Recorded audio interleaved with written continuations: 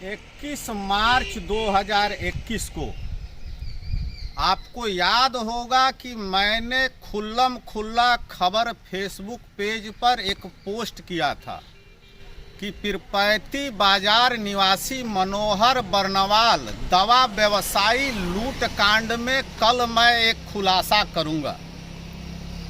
परंतु उसी दिन मेरा फेसबुक पेज 3-4 दिनों के लिए ब्लॉक हो जाने के कारण मैं खबर को समय पर पोस्ट नहीं कर पाया।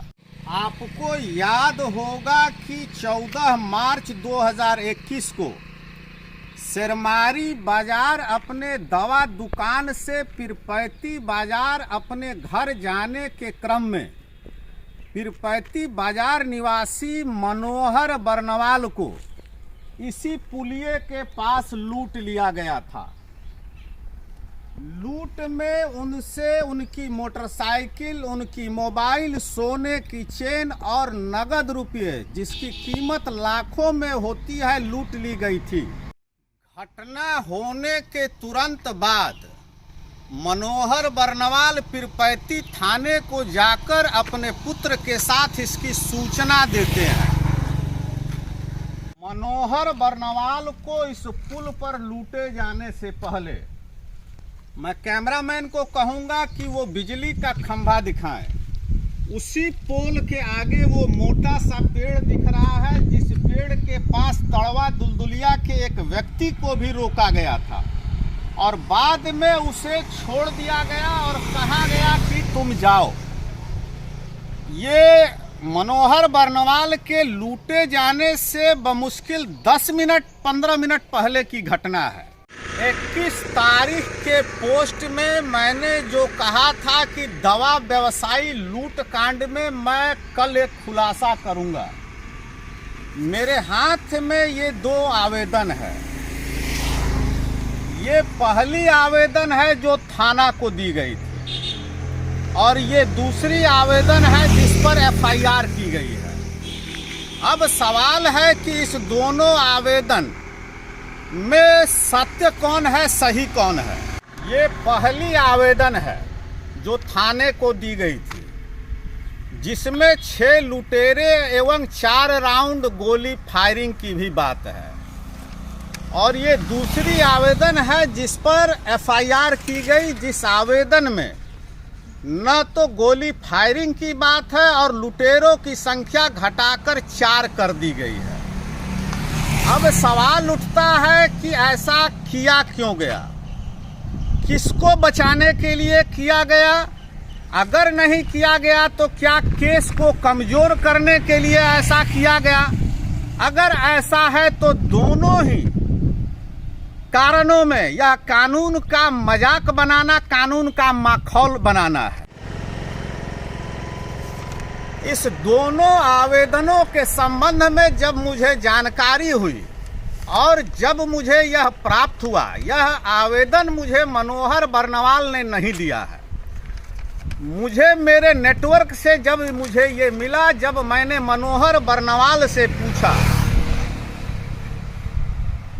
तो इतने भयभीत थे कि मैं उनकी भय देखकर सकते में आ गया। मनोहर बर्नवाल ने बताया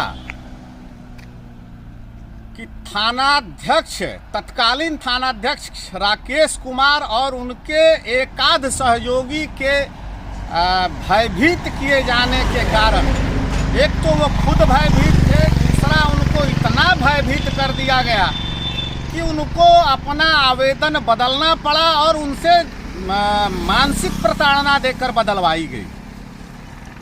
मनोहर बर्नवाल ने मुझसे व्यक्तिगत बातचीत में बताया कि अगर वरीय पदाधिकारी, अनुमंडल पुलिस पदाधिकारी ऋषु कृष्णा मैडम, जिले की कप्तान नताशा गुड़िया मैडम अगर मुझसे पूछताछ करती हैं तो मैं सत्य बात जरूर बताऊंगा।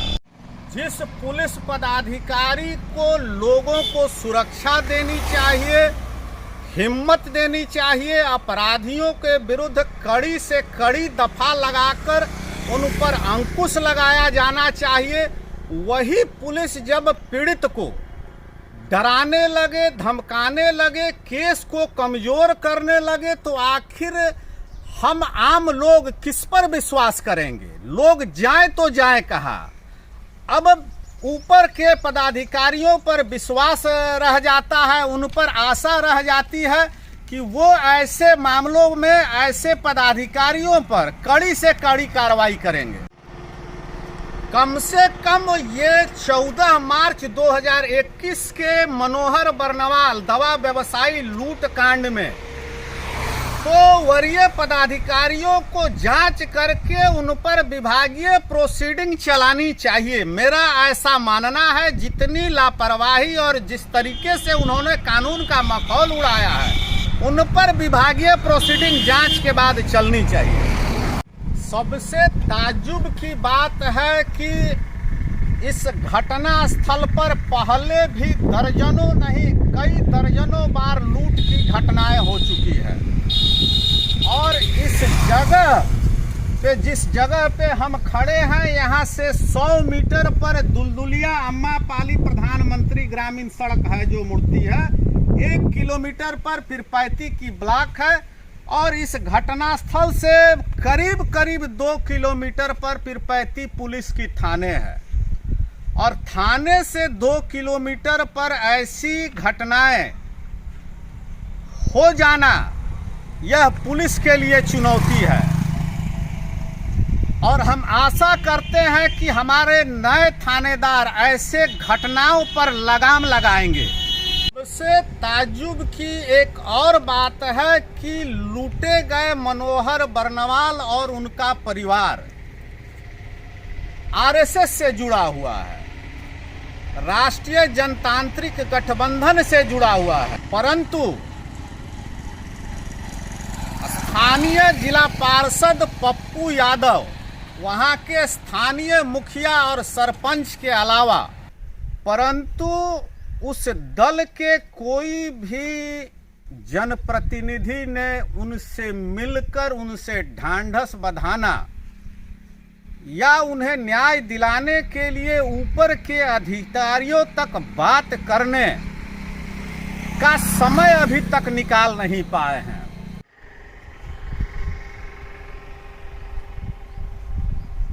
ऐसी कुछ अन्य घटनाएं हैं जो उनके कार्यकाल में हुई है, जिसको सुन के आप चौंक जाएंगे। इस तरीके की 2-4 अन्य घटनाएं हैं जिसको आगे मैं आपको बताऊंगा। मैं कहता हूं कांड, दावे के साथ कांड, सबूत और साक्ष्य के साथ कांड, और मैं केवल कांड आपको बता ही नहीं रहा हूं, सबूत और साक्ष्य के साथ इसकी कहानी आपको दिखाऊंगा भी। और तमाम वरीय पदाधिकारियों को सबूत और साक्ष्य के साथ भेजकर डीजीपी साहब हो, डीआईजी साहब हो, एसपी मैडम हो, डीएसपी मैडम हो, सबको मैं आवेदन भिजवाऊंगा और खुद भी भेजूंगा और उन पर नियमानुसार कार्रवाई की मांग करूंगा। जिस तरीके से उन्होंने 2 साल में पीरपैंती में कानून का मजाक बनाया है, जिस तरीके का उन्होंने यहाँ पर कुछ घटनाएं घटित की है, वह पुलिस डिपार्टमेंट के लिए शर्मनाक है। मैं उसका भी आगे खुलासा करूंगा। खुल्लम खुल्ला खबर के लिए चुन्नू सिंह, पीरपैंती से। अगर अब तक आपने खुल्लम खुल्ला फेसबुक पेज, यूट्यूब चैनल और ट्विटर को सब्सक्राइब नहीं किया हो तो प्लीज़ लाइक कर लें, सब्सक्राइब कर लें। धन्यवाद। जय हिंद, वंदे मातरम, भारत माता की जय।